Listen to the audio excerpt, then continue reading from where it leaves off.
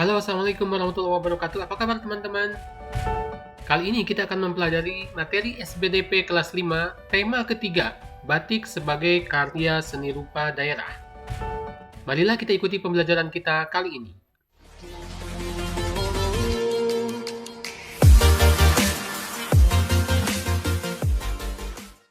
Apa itu seni rupa daerah? Karya seni rupa daerah merupakan suatu bentuk seni rupa yang tumbuh dan berkembang di suatu daerah sehingga memiliki ciri khas dari latar belakang suatu daerah tersebut. Seni rupa daerah dipengaruhi oleh corak seni tradisional. Dilihat dari bentuknya, seni rupa terbagi menjadi dua macam. Yang pertama adalah seni rupa dua dimensi, yakni karya seni rupa yang hanya memiliki bentuk panjang dan tinggi saja, biasanya dibuat pada bidang kertas, kanvas, atau kain. Contohnya adalah lukisan, batik, tenun, dan songket. Sedangkan yang kedua adalah seni rupa tiga dimensi, yakni seni rupa yang memiliki panjang, tinggi, dan lebar atau kedalaman, sehingga memiliki bentuk tiga dimensi. Contohnya adalah patung, ukiran, dan lain-lain. Dilihat dari kegunaannya, seni rupa terbagi menjadi dua macam pula. Yang pertama adalah seni rupa murni, yakni seni rupa yang hanya dinikmati keindahannya, tetapi tidak memiliki fungsi yang lain. Contohnya adalah lukisan, patung, dan kaligrafi. Sedangkan seni rupa terapan merupakan seni rupa yang memiliki fungsi atau kegunaan dalam kehidupan sehari-hari. Contohnya adalah seni arsitektur rumah, pakaian batik, ukiran perabot rumah tangga, keris atau kujang, dan sebagainya. Arsitektur rumah yang indah fungsinya untuk ditinggali. Pakaian batik tentu saja untuk dipakai. Kemudian ukiran pada perabot rumah tangga punya fungsi lain selain keindahan, juga bisa digunakan perabot rumah tangga itu untuk keperluan sehari-hari. Sedangkan keris atau kujang, di mana di situ ada seni ukir dan seni pamornya itu, akan digunakan sebagai senjata. Lalu batik termasuk seni yang seperti apa? Batik merupakan seni rupa daerah, itu yang pertama. Kenapa disebut sebagai seni rupa daerah? Karena setiap daerah memiliki kekhasan corak dan pola batik masing-masing. Yang kedua adalah batik merupakan seni rupa dua dimensi, karena seni rupa ini dibuat di atas kain dan hanya memiliki panjang dan lebar saja, atau panjang dan tinggi saja, tidak memiliki kedalaman, tidak tiga dimensi bentuknya. Kemudian yang ketiga, batik juga termasuk seni rupa terapan. Karena batik biasanya digunakan pada pakaian, sehingga memiliki kegunaan yakni sebagai pakaian atau busana seseorang. Tapi apa itu batik? Batik adalah sebuah teknik menggambar di atas kain dan memanfaatkan lilin dan canting sebagai bahan dan alat untuk membuatnya. Ini merupakan pengertian batik tradisional. Batik merupakan budaya Indonesia. Bahkan UNESCO atau United Nations Educational, Scientific and Cultural Organization telah menetapkan batik sebagai warisan budaya asli Indonesia. Hampir tiap daerah di Indonesia memiliki corak batik yang khas masing-masing daerah tersebut. Dapat kita lihat alat untuk membuat batik diantaranya adalah lilinnya. Cairan ini sebagai lilin yang akan memberikan warna pada batik tersebut, lilin atau malam. Kemudian ini adalah canting. Canting terdiri dari gagangnya, kemudian bagian nyamplung itu untuk memasukkan lilinnya di situ, dan bagian cucuk untuk melukis atau menggambar batik tersebut. Beginilah kira-kira gambaran cara melukis suatu batik dan menggunakan canting. Marilah kita tengok sedikit ke belakang mengenai sejarah batik yang ada di Indonesia ini. Batik mulai dikenal sejak abad ke-17 Masehi, yang pada awalnya ditulis di atas daun lontar. Namun, seiring perkembangan waktu, batik kemudian digunakan pada pakaian atau kain dan menjadi ciri khas dari zaman Kerajaan Majapahit hingga sekarang. Pada zaman Kerajaan Majapahit itu, hanya orang-orang keraton atau para raja saja yang dapat menggunakan batik, dan hanya terbatas pada beberapa corak saja. Kita lihat lebih jauh pada zaman Kerajaan Majapahit itu, perkembangan batik seperti apa. Pada akhir abad ke-19 atau tahun 1800-an, tentara-tentara yang tinggal di daerah Bonorowo atau Tulung Agung membawa budaya batik. Merekalah yang kemudian mengembangkan batik pada saat itu. Pada saat itu, bahan pembuatan batik masih sangat alami, seperti mengkudu dan lain-lain. Penggunaan bahan dari luar negeri sebagai bahan dasar pembuatan batik dimulai setelah terjadi Perang Dunia ke-1,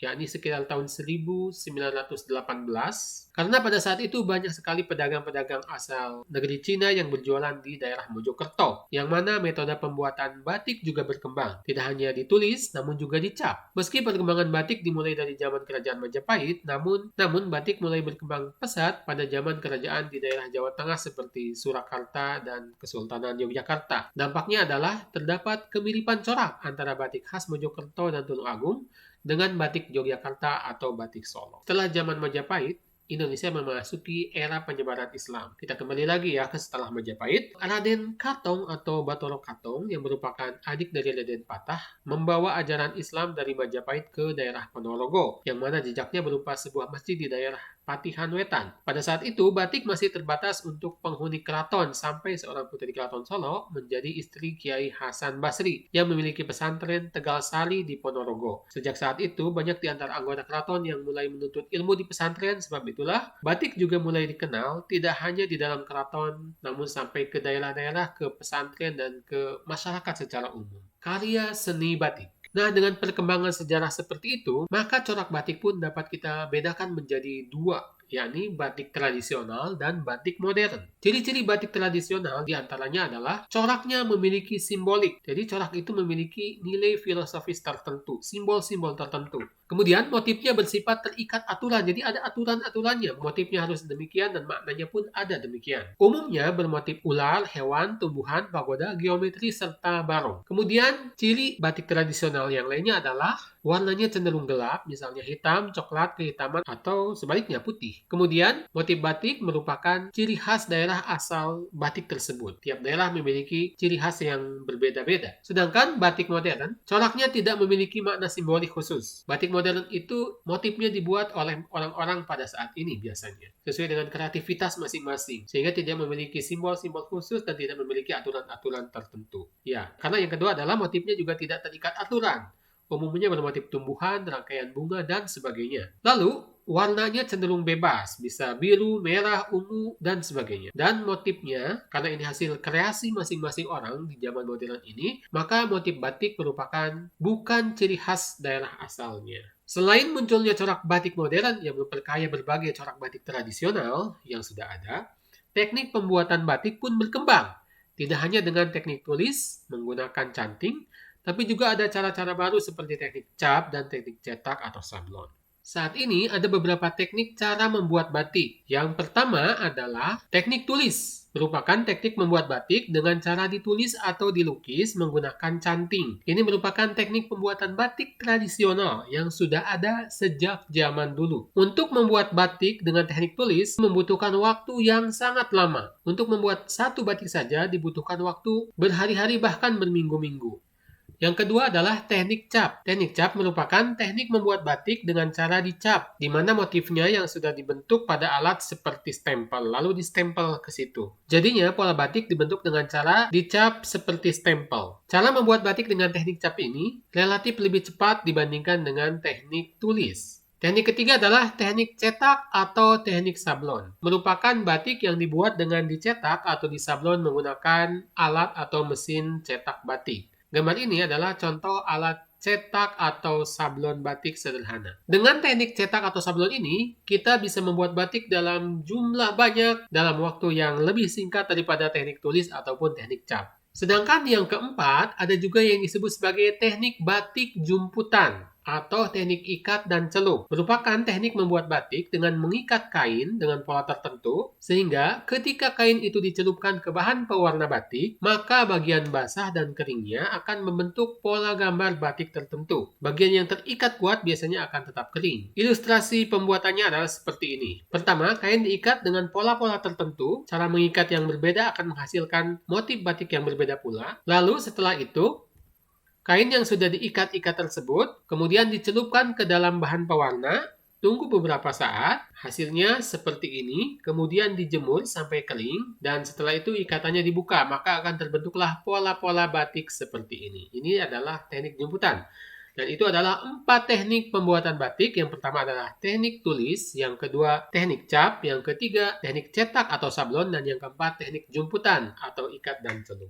Motif batik. Motif batik adalah kerangka gambar yang mewujudkan batik secara keseluruhan. Dahulu penggunaan batik hanya terbatas di dalam keraton. Corak atau ragam batik pun tidak sebanyak saat ini. Sekarang, batik bisa dipakai siapa saja dan motifnya pun semakin banyak. Motif batik yang ada pada saat ini pada perkembangannya banyak dipengaruhi oleh pengaruh asing, mengingat Indonesia dijajah tidak hanya oleh satu negara atau etnis saja. Banyak pula motif batik yang dipengaruhi oleh budaya Cina ataupun bangsa Eropa. Sampai saat ini, motif batik yang ada jumlahnya mencapai ribuan di Indonesia ini. Dan dapat dikelompokkan menjadi 7 kelompok batik Indonesia diantaranya. Batik parang, seperti ini. Kemudian batik geometri. Batik geometri merupakan motif-motif batik yang merupakan perpaduan dari bentuk-bentuk geometri seperti persegi panjang, persegi, segitiga, dan sebagainya. Kemudian ada juga motif batik benji. Kemudian motif batik tumbuhan menjalar, contohnya seperti ini.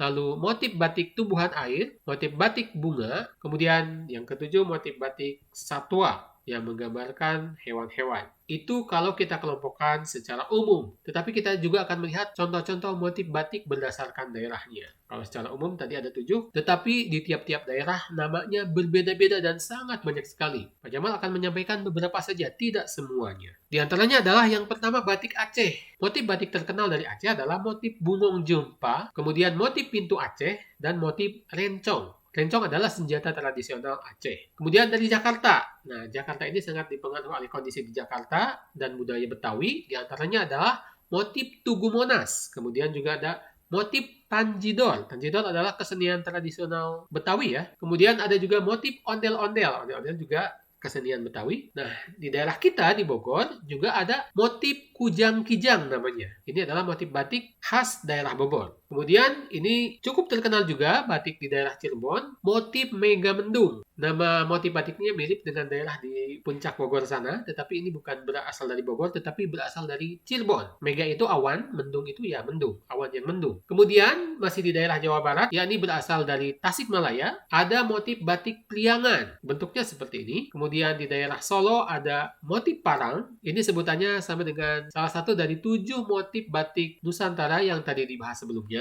Kemudian dari Yogyakarta ada motif ceplok grompol seperti ini. Kemudian juga ada motif kawung. Nah, sedangkan dari Pekalongan salah satu daerah yang terkenal menghasilkan batik. Di antaranya contoh motifnya yang terkenal adalah motif jelamprang. Dan dari daerah Bali, pulau yang sangat terkenal dengan pariwisatanya ini, ada motif barong. Kemudian dari daerah Tuban, Jawa Timur, ada motif kelabang Melaku. Ini kebetulan Pak Jamal pernah ke daerah sini dan pernah mendapatkan batik motif kelabang Melaku ini langsung dari masyarakat di sana yang membuatnya. Itu dia contoh-contoh motif batik yang ada di Indonesia. Indonesia begitu kaya akan seni rupa, begitu kaya akan batik. Ini semua adalah budaya yang patut kita lestarikan dan pertahankan sebagai kekayaan budaya bangsa kita. Nah, itu saja pertemuan kita untuk kali ini. Wabillahi taufiq wal hidayah. Wassalamualaikum warahmatullahi wabarakatuh.